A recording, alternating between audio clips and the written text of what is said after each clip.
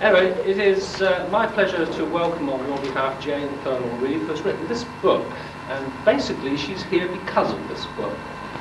Because I saw it down in a shop in Exeter, and I bought it, and I read it, and I thought to myself, she thinks along exactly the same lines as I do about dowsing, but she does something odd, which is called kinesiology. Now, my original understanding of the word kinesiology is summed up in 2 words: muscle testing. So I'll just leave you with that and introduce Jane. Well, I think you do something odd called dowsing. That's right. I do the sensible thing called kinesiology, and you people do the odd thing called dowsing. That's right. It's really nice to be here and speak to some dowsers. It's the first time I've done that, so that's quite an experience for me, because usually I'm speaking to people who don't know much about any of this sort of area. And as John suggested, I think there's some real parallels between dowsing and kinesiology, and I'd like to try and have a look at some of those this evening. How many of you know anything at all about kinesiology? Have you seen a demonstration or had it done to you or something? Oh, limited number of people. Right, okay. And how many of you got pendulums with you that you're prepared to get out and use? There's half of them.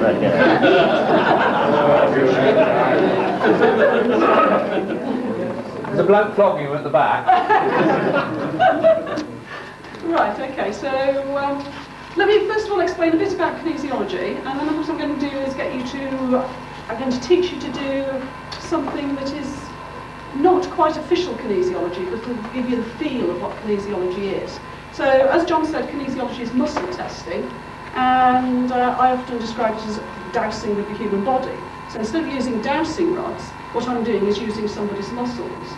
And the main way I use it is to ask questions about what's going on for the person in terms of their health and well-being, and do various things to put that right. Kinesiology itself started back in the 1960s. A chiropractor developed kinesiology, developed the basic connections between the idea that you could test various muscles, and depending on whether the muscle tested strong or weak, that could tell you something about an associated acupuncture meridian. Now, are you all familiar with the idea of acupuncture meridians? Anybody want a quick explanation? I was hoping I wouldn't get a yes. So it's a bit like, a quick explanation of acupuncture meridians is a bit like saying, well, I'll just tell you about the meaning of life. That sort of thing. Acupuncture meridians are energy lines which run on the surface of the body. There are 14 that are generally recognised. One of them runs up the midline of the body, on the front, one runs up the back, and all the others are bilateral. So in fact you do end up with more than 14, but the bilateral ones are counted as one meridian. And they're related to different organs of the body. So there's a gallbladder meridian, a liver meridian, and so on. If you have problems with your gallbladder meridian, it doesn't mean you've got problems with your gallbladder. But if you have persistent problems in that area, it might suggest that you have gallbladder problems. And the gentleman who said, is that all right? Yeah. Yes. And what I see the acupuncture meridians doing is that they connect the physical and the etheric body. Anybody want an explanation of the etheric body now? Yes, please. This wasn't the way I intended the talk to go, but I can see this is the way it's going. Okay, so the etheric body is the my understanding of what the etheric body is that it's the blueprint of the physical body. So when the fetus is developing, there is a pattern, the etheric pattern, etheric energy pattern, which tells the cells how to divide, make sure that you end up with a symmetrical body, give or take a bit. I mean, nobody's bodies are totally symmetrical, but basically we end up with arms the same length and so on.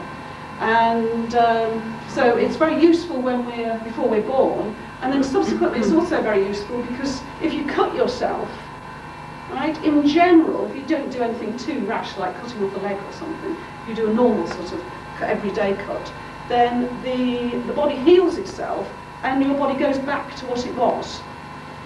Yes? And it's the etheric body which carries the blueprint of what the physical body ought to be doing.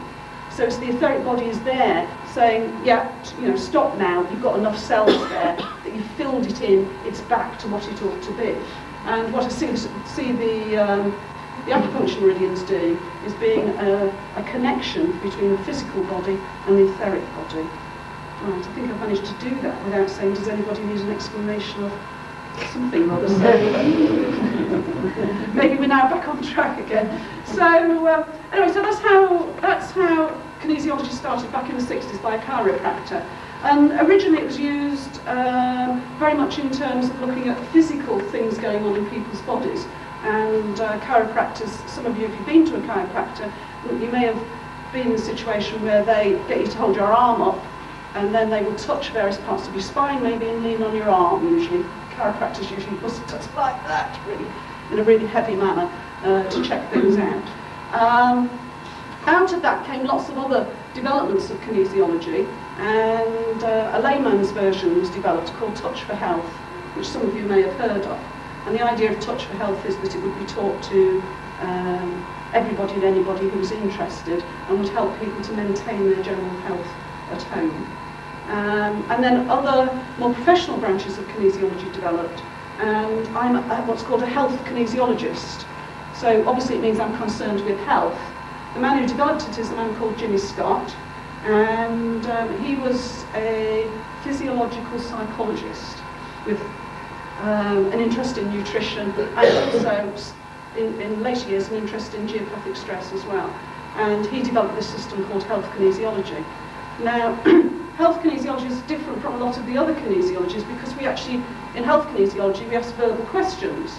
So which takes me back to what I said at the beginning, was that what I see that I do is I'm dowsing using muscles, because I'm quite happy to ask verbal questions. You do get some kinesiologists who won't ask verbal questions, they'll just touch part of the body and then we'll test a muscle to see what happens.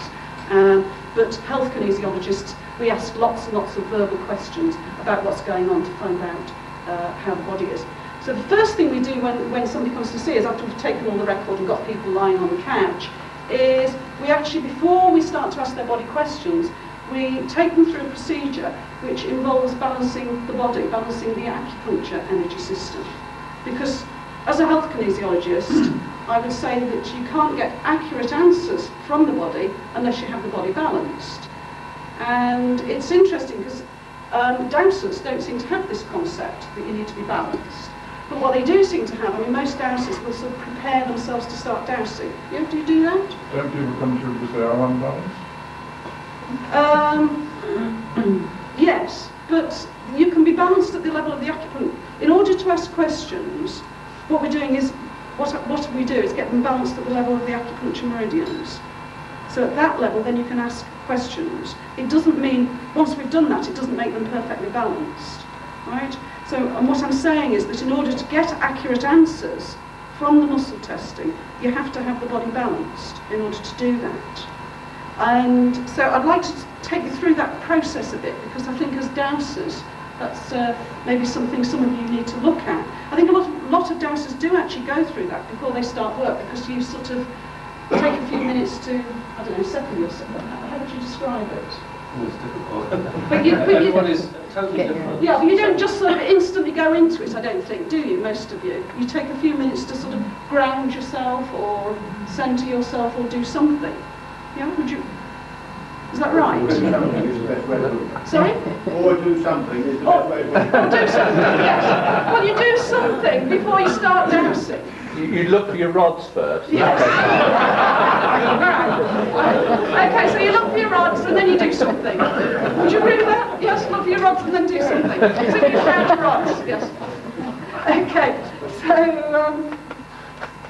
and what I think you're doing often is actually checking that your acupuncture energy system is balanced. And that's the process you're going through. You don't call it that, but I think that's what you're doing. And I wanted to show you a very, very simple way that you can check this for yourselves. So what I want you to do is I want you to just rub your first finger and thumb together. Okay? And see how that feels. Okay. Now what I want you to do is just put your hand over your navel so that the centre of the palm of your hand is over the navel. and do this again. I will explain why afterwards, but I don't want to preempt what you're going to find. Is that difficult to do? Well, you can't take notes at the same time. No, sorry. It's causing you lots of stress.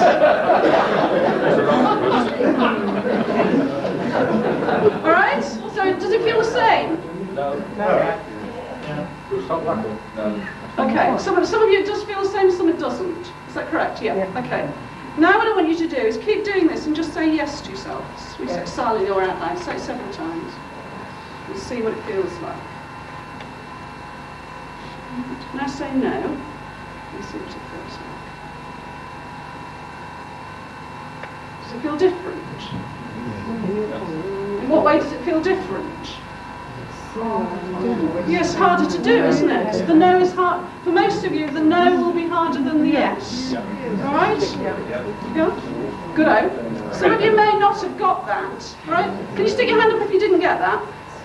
Right. For those people, what I want you to do now is I want you to just tap yourself around. And it's what's called a thymus tap. So you tap yourself around, starting this on the left-hand side. Going up. If I turn around and stand the same way as you, then you can't see it. The other way I tell people is going up from the heart.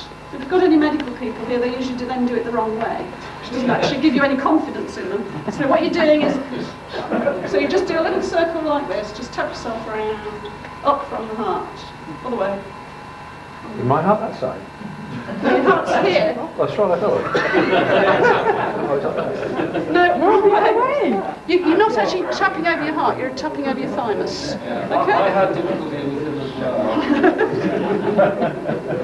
Alright, so let's try again then. Hand over the navel. Okay, do this. Now say yes, either out loud or silently several times. Okay, now say no. We've got to stick. Has everybody got a sticky or hard to do? Yeah. Yes? Including the people who couldn't do it before? Yes. Yeah? No? Just tap yourself some more, see if we can get you working properly. What this tapping does is it balances your acupuncture energy. Alright, so that's what your acupuncture. Anti-clockwise. Yes. Well, that Clockwise. Does it matter? Does it matter? yes, it does. Yeah, it doesn't work the other way usually. It's the wrong way. Yes. So Can you do it left handed or right handed? Yeah, either hand. Right? Okay, so most of you got yes is really smooth and no is really horrible. Right? Okay, what I want you to do now is to pinch your thigh. We can pinch your neighbour's thigh if you really want. Sorry. You're not allowed to do that. Don't be any encouragement here. What I want you to do, if you just all look at my thigh for a minute, what I'd like you to do is just pinch like that. Okay? What you're doing is pinching in the middle of the quadriceps muscle is what you're doing here. Front. Yeah. So, pinching like that. Yeah? Doing right Okay. Right side. So pinch that and then do this without saying anything and see what happens. Okay, pinch and then see what happens. What's happened? Slowed up again. Right. Now what you do is unpinch it, which means you just pull apart. Perhaps I'd stand on the table. I'm not going to. Just pull apart like this. Okay, and has it gone back to being easy to do again? Right, okay. So what you've been doing is checking that your acupuncture energy system's balanced. Right? Now I'm going to give you one more test to do as well in a minute. But what we've done first of all is this is strictly speaking not muscle testing, but it's the best and quickest way I find of giving people a feel of what muscle testing could be like. Right? So you do that. If you're balanced and you do that, it should be quite easy to do. Right? Then you put the hand on the navel, and it should still be quite easy to do if your acupuncture system is balanced. Right? Then if you say yes, it should still be as easy to do. And then you say no, and it starts to get difficult. Okay. And then you pinch, and that will be difficult too. If it's not, it usually means you're not pinching hard enough. People immediately find that really difficult to do because they don't want to pinch again. And then you unpinch it and try again. It should be really easy to do again. And that will be an indication that your acupuncture system is balanced. Right. Okay. What we're doing is, first of all, we're doing this. And then, by putting your palm of your hand over your navel, what you're doing is you're actually connecting with all the different acupuncture meridians, because they're all represented around the navel. Some of you will be familiar with the idea, say, of reflexology, where you've got all the different organs on the feet, yes, or irises of the eyes, the iridology, or auricular therapy, where you've got the organs represented in the ears and so on, right?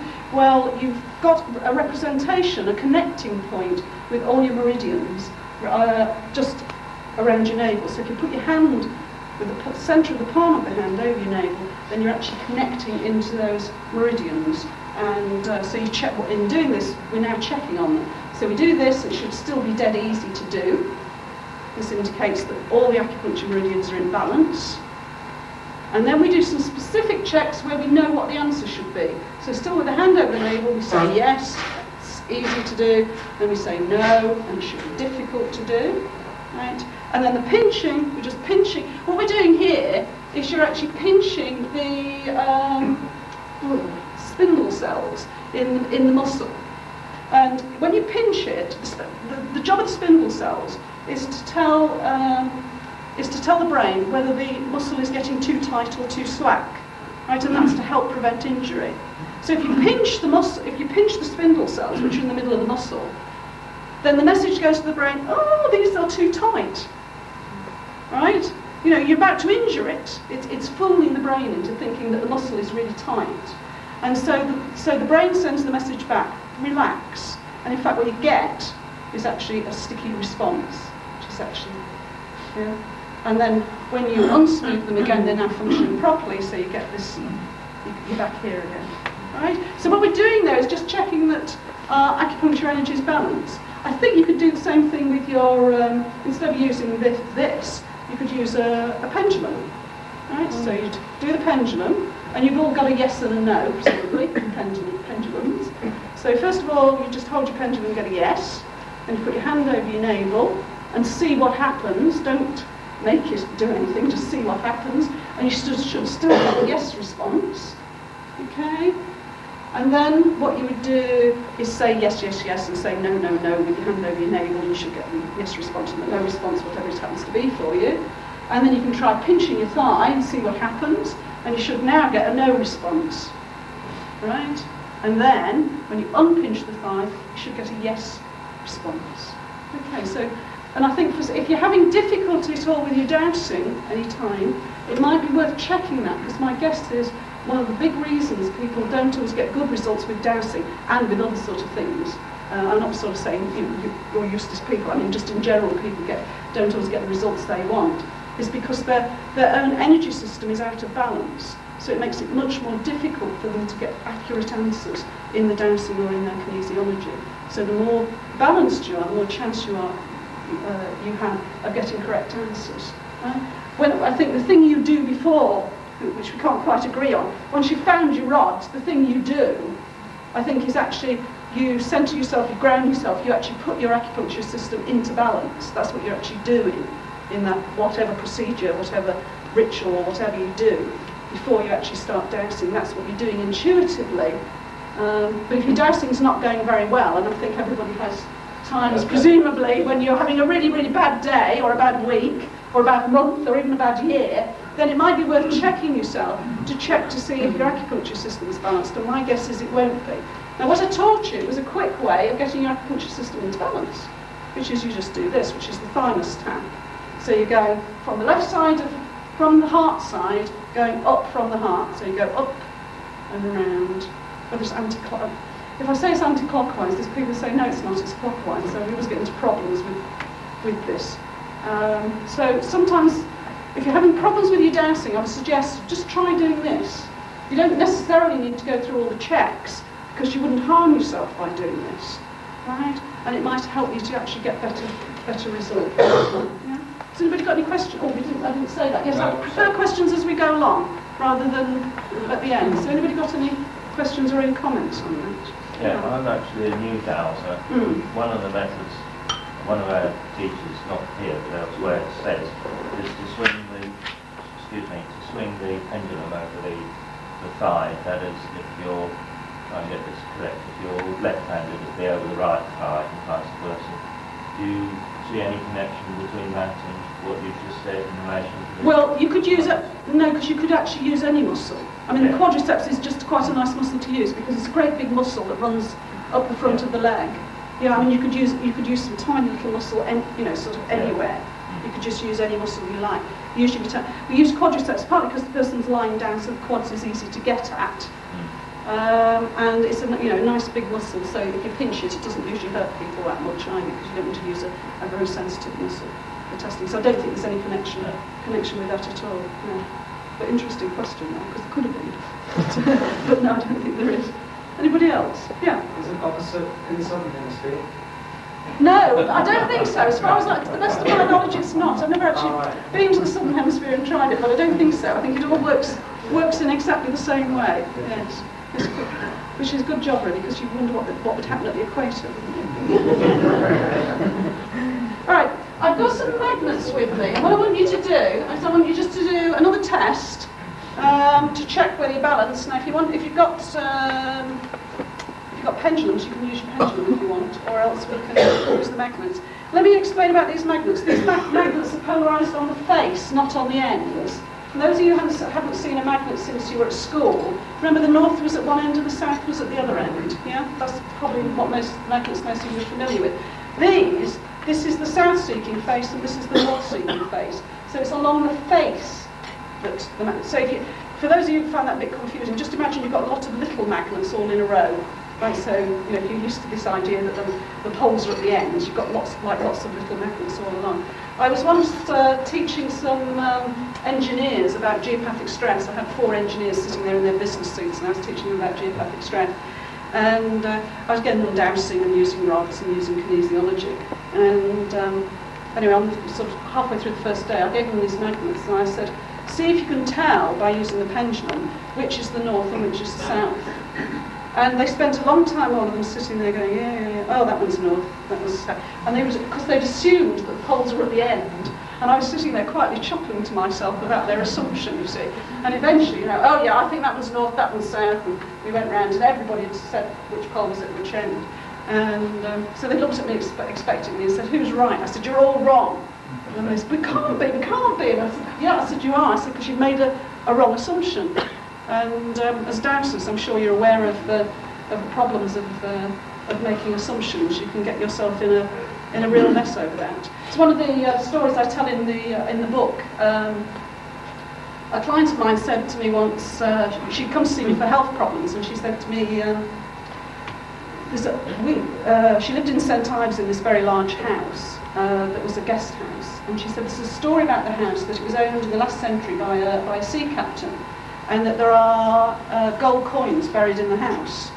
And in the not too distant future, we're planning to sell the house, but if there's gold coins there, I'd really like to find them.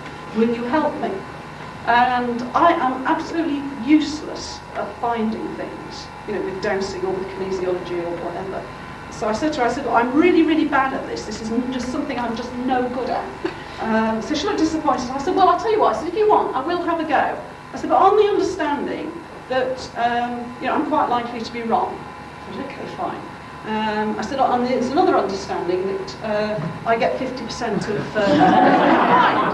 So she looked a bit taken aback and I said, oh, okay, right, fine. So I went round just before Christmas and I used kinesiology, not dowsing. So what I did was I got her to, putting a long story very, very simply, I got her to hold out her arm, make sure her acupuncture system was balanced, like I've just been explaining to you, and then we stood in her house and I said, okay, is there lost treasure in this house? And the arm stayed strong, meaning yes. Oh, so we all got excited. Is it in this room? No. So we went round the house, eventually ended up in the basement. And I got, eventually, that there was this lost treasure was under a big chest freezer in the corner of the cellar. And she said, well, that's all right. She said, it's actually an earth floor, so we could dig down without too much problem and have a look. She said, well, I'll wait. Because it's near Christmas. She said, I'll wait till over Christmas when my husband's had a little a little to drink and is quite mellow. And I would suggest to him we move the freezer and dig up the floor. So I said, okay, fine. So I said, well, don't forget, you owe me 50% of anything you find. And middle of January, she phoned me up and said, I owe you 50p. I said, what do you mean you owe 50p? She said, well, you know this hidden treasure you tested for? I said, yes. So she said, well, we moved the big chest freezer out. She said, there was a £1 coin underneath. So she said, we did actually dig down, but we didn't find anything else. So the answer to my question was actually correct. Is the hidden treasure in this house? I mean, a £1 coin is hidden treasure, isn't it? Yeah. I mean, if you don't know it's there, it's hidden treasure. Yes. So I mean, I obviously should have asked, are there any gold sovereigns in this house? Rather than sorry? Be more specific. Yes, yeah. I needed to be more specific. So you learn by doing the wrong thing. I had another interesting case once with my youngest son. He came home from school showing all the signs of flu, and I was, I did all the good mother things and put him to bed and looked after him. And later on that evening, I started sort of shaking and getting all hot and bothered. And I thought, oh gosh, have I got flu? So I tested, have I got flu? Oh, the doctor said no. I don't know what's going on. I said, okay, I haven't got flu. So I carried on working. And about an hour and a half later, I was really feeling dreadful, unable to sort of stand up and function very well. So I went to bed, and I was lying in bed, and I kept on testing, have I got flu? And my body kept on saying no, and I was getting really furious, because I thought, I have got flu, I've obviously got flu. And about 3 o'clock in the morning, I was unable to sleep, and I was cold, and I was hot, and doing all the normal flu things. And again, I tested, have I got flu? And my body said no, and I was absolutely furious. And I said, has Tom got flu? This is my youngest son. And the answer was no. So I said, have I got the same thing as Tom? Yes. Well, at that point I gave up and managed to get to sleep and had a sort of fairly fitful night. Woke up the next morning, tested, have I got flu? Still got the answer no. And I was really, really fed up because I thought, this is nonsense. I clearly have flu. Anyway, the newspaper came, and on the second page of the newspaper was a big headline saying, an epidemic of flu and flu-like illness is sweeping Britain. So I tested, have I got a flu-like illness? Yes. So that was a really good example of how, you think, you would have thought, my dowsing is wrong or my kinesiology is wrong. I was actually right, but I was making an assumption that these symptoms could only be caused by flu. I hadn't got the concept of there being such a thing as a flu-like illness, so it was quite interesting that. Anyway, what I want you to do is I want you to use these magnets. I'm going to pass them out. Keep them away from your credit cards, please. And if any of you got pacemakers, keep them away from pacemakers and from watches. Right? 2 makes 1 for this particular activity. So I've got 30, so we're going to have to sort of share them out a bit. So I'm going to give you... Can you pass them around? There isn't enough, so you can have sort of about 1 between 2, yeah? Keep them away from your credit cards so that anything with magnetic strips.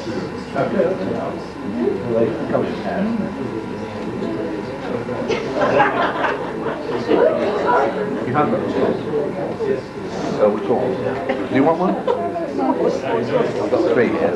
I've got these 3. How many 3? Just one between 2. Yes. You can. You're 2. Give away the watch. Okay, so what I want you to do now... No, that's all I've got. You want us to have 1 between 2, you said? Not 1 pair? I want you to have 1 pair between 2. Right. Could we get this? 1 pair between 2. 2 makes 1. 2 makes 1. Right, we'll pass them back for the people who haven't got them. What I want you to do is, again, put your hand over your navel. What I want you to do is to put the magnet... Yeah. There's 2. So there's one that's spare. Oh, hang on, you're giving yours away. You can have What I want you to do is I want you to put the magnet on your thigh Not your size, but mine. with the white, where you can see the white dot. Right? Have they all got white dots? They have. No, the two have a white dot. Oh, right. 2 work together. 2 work together, right? I see. Yep. I see. You stick them together. Yeah. So hand on your navel, you've got two magnets there together. Yeah. All right, white dot so you can see it.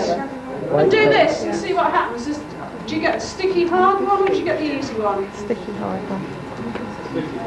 You should, if your acupuncture system's balanced and your electromagnetic system's working properly, you should actually get sticky. Yeah. If you don't, tap yourself around. Do you want to try it? And then try again. Okay? And then turn it over the other way. And now you should get it very easily. Put this on the Yeah. tape, I should be able to do it. Other way up. Yeah, turn it over the other way up. So you can't see the right dot. Hand over your navel. And it should be really easy. Yeah? Okay. Can we press that back so that people can... Here we go. The easy way is that way up.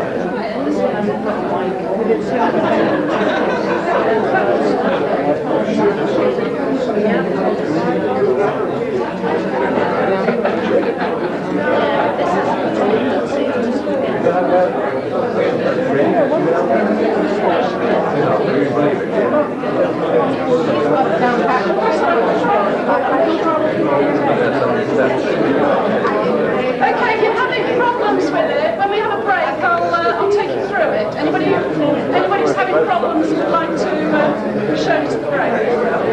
Yes, Saxy. Why enjoyed it? It is mine. Whatever, and I'll tell you what's where. Can you put it on the opposite? What? The other side? Do the original side like she said. So, can I have a quick recap for you? Hands over the navel. Alright? If you can see the dot, then it should be sticky or hard.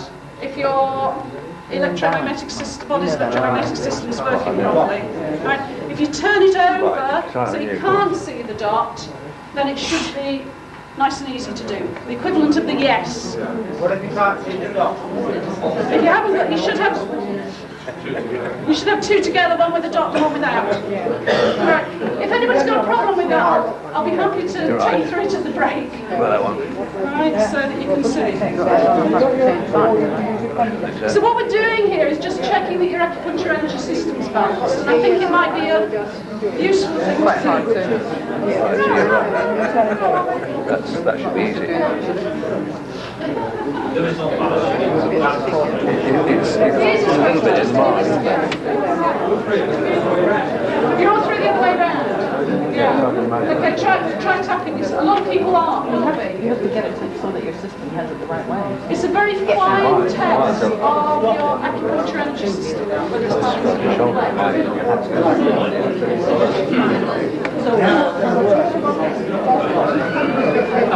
Right, can I go on, please?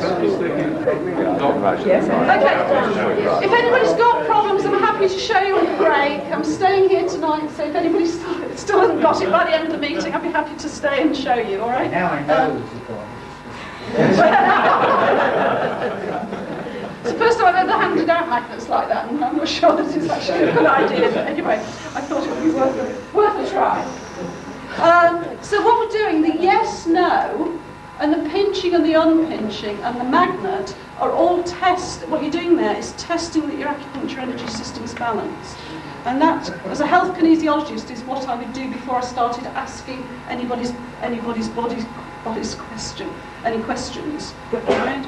And then when I got to that stage with the person, and I would not get them sitting there doing this, I wanted you to do it because you douse this, and I felt it would be good for you to really feel this.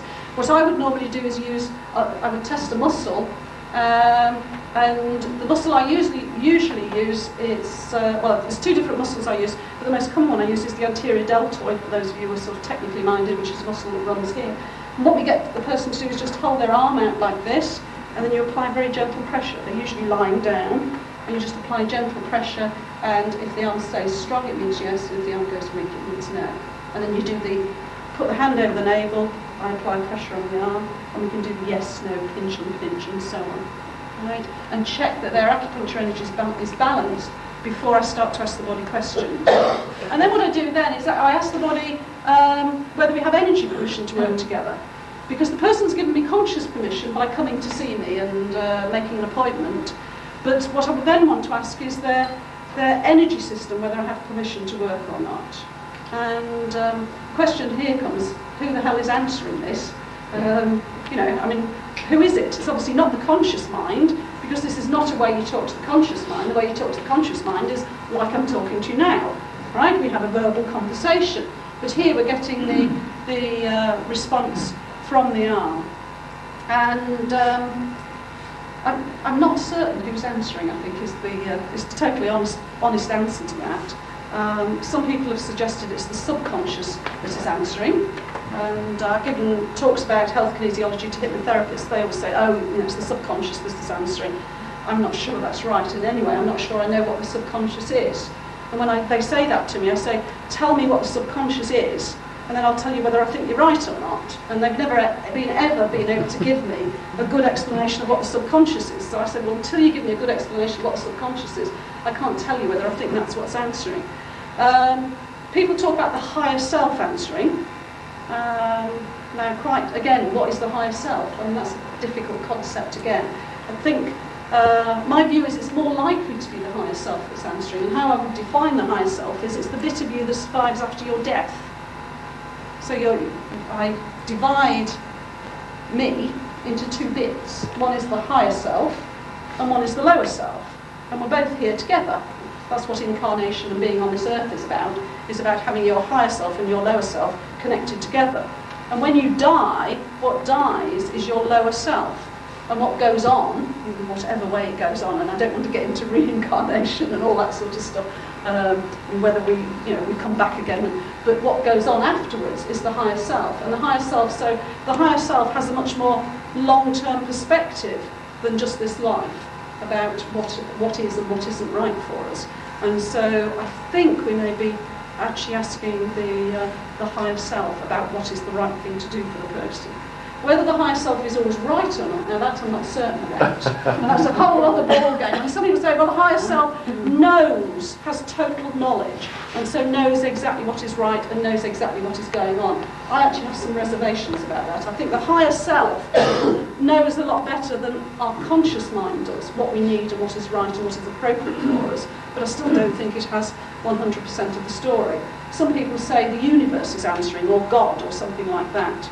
And so that's another possibility, and there's lots of other possibilities, but I think the one I go closest along is this idea that it's the higher self, it's that bit of me that will survive after my death, and that has an interest in me being here and functioning properly, that will answer when we ask my body questions about what it is I need and what we should do for me. And I have principally two ways of working when somebody comes to see me with a health problem. The first thing to do is just say to the body, what do we do to put this person right? And then I have a menu of different things I can do. So it's like, do we do A, yes or no? Do we do B, yes or no? So when I've got yes, I then do that procedure. Okay. And then when I've done it, I say, okay, do I do something else? And if we get a yes response, a strong response from the arm, I would then offer the menu again and say, do we do A, do we do B, until we get a yes again, and then we do it. And if you're working like that, you're working with the whole body. You don't actually know what particular symptom you're working with. There's another way of working with the body, which is, what I would say is that we all have a library of books about how to make us a perfect person. So you can ask the body, which book do I take down out of the library? Right, so if this gentleman came to see me, what's your name? Bertram. Yeah. So if Bertram came to see me, I would say to his, I would ask his body, do you want me to just offer you the menu and you pick and choose from wherever it is, or do you want to work by taking a library book down and having a look at it and seeing what's in it, and we work through something very specific. So I give the body a choice, and sometimes it goes for one and sometimes it goes for the other. One of the things I say to my students, so when you first start learning to be a health kinesiologist, you get a library ticket which gives you access to the children's library for Bertram. And in there are books with big print and pictures, lots of pictures. So it's very easy. So you can work, right? But you're only allowed to do very simple things because you're not very experienced. So you're given a ticket to get into the children's library. As you become a more experienced health kinesiologist and learn more, you're given a library ticket for the grown-up library. So now, if I was working with Bertram, I can get into the grown-up library of books about how to make Bertram, A Perfect Person. And there's a lot more detail and fewer pictures, and you can do much bigger and better things quicker, more quickly. And as you get more experienced, you're allowed into maybe a very, very select library where only special people with special library tickets are allowed as you get better. And so you can do more and more wonderful things for people. But having said that, you can still do really good things even with only the children's library ticket. And maybe it's a good idea that we're only allowed, when we first start working as health kinesiologists, that we're only actually given a library ticket to get into the children's library, because it means, I think, we can't do too much damage, hopefully, when we first start working with people. All right, so what we do, so we've got these two basic approaches. One is to say, all right, should we work in the priority order, just asking the body, what do you want me to do, and offering it a menu of choices, right? Or do you want me to take a book down out of the library? And if the body goes for the book, you then have to find the title of the book. And that can be quite an interesting thing to do. And it will often bring up all sorts of things for people, just finding the title of the book. So sometimes, you come up with a book entitled something like Grief. And maybe the person's come in to get their hay fever or their ingrown toenails fixed. And you say to them, after the testing, oh, your body says it wants us to work in the area of grief. It's asked me to take out of the library this book called Grief. And sometimes for people that can be quite a profound experience, even getting that. I've had people at that stage burst into floods of tears, and so on. I had one man came to me once, and I can't remember what his symptoms were, but his body said he wanted us to work in the area of resentment for him. And he said, oh, I don't feel at all resentful, I'm a Catholic, I'm a very good Catholic, and I don't resent anybody. It wouldn't be Christian to resent anybody. And I said, well, sorry, okay, but this is the area your body wants us to work in. So he was very sceptical. At the end of the session, I was making his next appointment. He was a solicitor.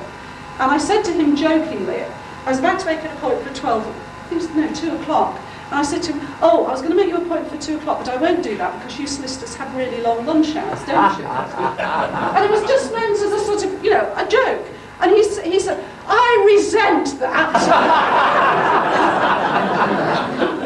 And then he tore me off a strip for about 20 minutes about how people were, how people were so dreadful to solicitors and so on, so on, so on, so on. And I just sat there listening to this and I thought, I've never experienced this resentment. This is interesting. And he cancelled his next appointment. Interestingly enough, never actually came back again. You don't always, though, work in... the examples I've given you are where the book title is an emotion, has an emotional title. But you can also get book titles which are physical book titles, even for something that appears to be emotional. Because sometimes the reason people are nervous and anxious and uptight is because the body's not absorbing calcium properly, for instance. And so from the muscle testing, you can come up with, the title of the book is My Inability to Absorb Calcium. And you can get that sorted out, and then the person will be much calmer and less anxious and so on. So it's a really holistic way of working, because we don't assume, people can come in to get their ingrown toenails fixed and end up working on their self-esteem. And then come in to get their phobias fixed and end up having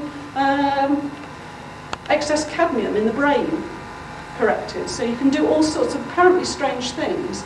And the way you find what to do is actually by the muscle testing, by doing a simple yes-no procedure. Or if you wanted to, you can do it like this, where this, it being easy to do is yes, and being more difficult to do is no. Anybody got any questions? Yeah. Most of the patients come to see you. What's the average illness they come to see you about? What? Oh, I deal with everything. I mean, just the whole range with things like eczema, asthma, hay fever, arthritis. So is everything wrong terms? Why do they go to shoppers? Why do they come to you and not shoppers? For ingrown toenails? Well, yeah.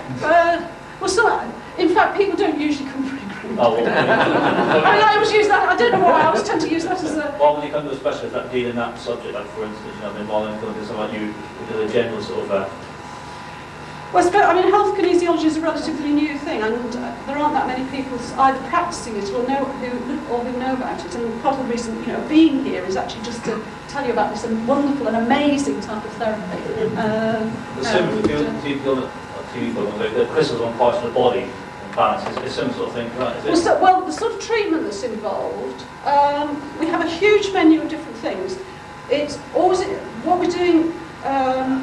We use the acupuncture energy system and we hold acupuncture points, but not, we don't needle the points, so you hold the points. And sometimes you hold the points while the person thinks something, and you would test to find out what the person should think, and you have to test precisely, again using muscle testing, and there's quite an art in doing that, because the person could have to think anything, so it could take you days to find it. So we have systems and ways of making it so that it's easy for you to find what you actually have to think about. And so the person can think something. Sometimes we put magnets on various bits of the body, and while we hold acupuncture points. Sometimes you put crystals on the body, you can put homeopathic remedies on the body, you can put, sometimes the person has to touch themselves in a certain way, you can shine lights on them, you can give them things to smell. There's all sorts of different combinations of things that we can do. And what we do is we just keep on doing these things. You hold acupuncture points, and you would test which specific acupuncture points to hold. So it's not, the thing about health kinesiology, it's not like, if he came in with eczema, I would do ABC, and if he came in with eczema, I'd do ABC. You know, it doesn't work like that. For this gentleman, his eczema might involve doing a lot of psychological work, and for him, his eczema might involve dealing with his inability to use certain nutrients, allergies to something, and so on. So everybody actually gets a very individual and unique treatment, which is, I think, one of the things that makes it so nice, and people really respond really well to it. Trial and error then? Is it reached a patient might come to the same thing and say, the trial and error, which one works best for which person, or is it? No, because you have a menu of choices, right, of different things. So I would say, having got his acupuncture energy system balanced, having got his permission to do the work, I'd then say to his body, okay, putting it very simply, we don't say, do you need to think something while we hold acupuncture points? And we don't do it quite like this, but just so you can understand. Do you need to think something while we hold acupuncture points, or should we put magnets on you while we hold acupuncture points, or put crystals on you, or get you to smell something, or touch yourself in a certain way, or put a homeopathic remedy somewhere, or all the different possibilities. So we'd ask, you know, do you think something? No. Okay. Are we going to put magnets on you? Yes. Right. How many magnets? Where do the magnets go? Which poles go against the body? Right, because we've got two poles. So which pole? Where do the magnets go? Which poles go down? And then which acupuncture points do you hold? And then you'd hold the acupuncture points. Okay. And the question then is, well, how long do you hold the acupuncture points?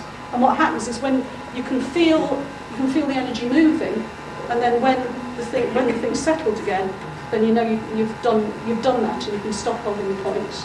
And then you say, okay, now we've done that. Now do we do something else? Right. So for an individual person, you might do a whole range of different things. But it's not, in general, it's not trial and error. I mean, you know, because you're guided always by the muscle testing, just as you people are guided by your rods or your pendulums. If you don't get permission, you send them away. Yeah, it's very rare, but there have been occasions. The usual reason you don't get permission is because the person's had too much energy work done on them. You know, sometimes you get people who've been and had Reiki, been to see a homeopath, been to a chiropractor, all within the space of the last 2 weeks, and are just desperately trying lots and lots of different things to try and get themselves well. And they come in, and you're like number 19th, and they've got a plan to see another 10 people after you as well. And in that situation, sometimes the body will say no, thank you.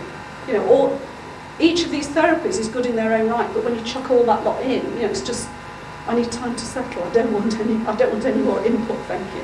So that would be the most common reason that you don't get permission to work. It doesn't happen very often. And one of the possibilities we have also within health kinesiology is that you would not be the appropriate person for them to see. So it might be, okay, you can do, work can be done, but not by you. This person needs to go and see a Reiki practitioner or a healer or a aromatherapist or a reflexologist or somebody else.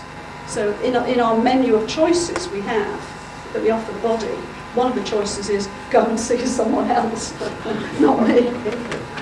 And it doesn't come up very often, but sometimes it does. And I had somebody where she had to, she saw me for a bit, and then she had to go and see the chiropractor for 2 or 3 sessions, and then she had to come back again to me. So that sometimes happens. And my partner does something called the Bowen therapy, B-O-W-E-N, which some of you may have heard of, which is a sort of gentle, it's very good for backs and tennis elbows and all stuff like that. So sometimes they see me and go a couple of sessions with him and then come back to me. But I can test for what's appropriate and when. And some people need appointments very close together, some people need them much more spaced out. And again, we can test. At the end of a session, my question is, would it be appropriate for you to come back again? And if so, when? And sometimes the body says, well, thank you very much, but I don't want any work doing now for 6 weeks because I want to process all this. I want time to absorb and assimilate it. And if you ignore that and go too fast, then the person usually gets ill. They start getting diarrhea and headaches and feeling dreadful because you're trying to put too much in too fast. So by asking the body, when do you want me to work again, you're actually really, really respecting the body's understanding of how the healing should be and how it should take place. Jamie, do you want to take a rest? I don't mind, yes. Yes? Yes? Break? Shall we have a break now? Yeah, I'm going to go on afterwards, yeah? I brought some, just in case anybody wants these in the break, I brought some information on health kinesiology studies, because I teach these techniques to people. If you're interested, take a green leaflet and also take a dates leaflet. So you want, they're next to each other, there's the green leaflet and there's this one which tells you about the dates and the people who teach it. I've also brought some copies of my book if anybody wants to buy those. We'll maybe talk about that a bit after the break, if people are interested. And I've brought some books on kinesiology if anybody wants to buy those as well. Do you want your magnets back? Oh, and we'll have the magnets back, yes. From those, yes, please. And anybody who still hasn't had a magnet wants to have a go, you can, yeah. John, do you have any announcements?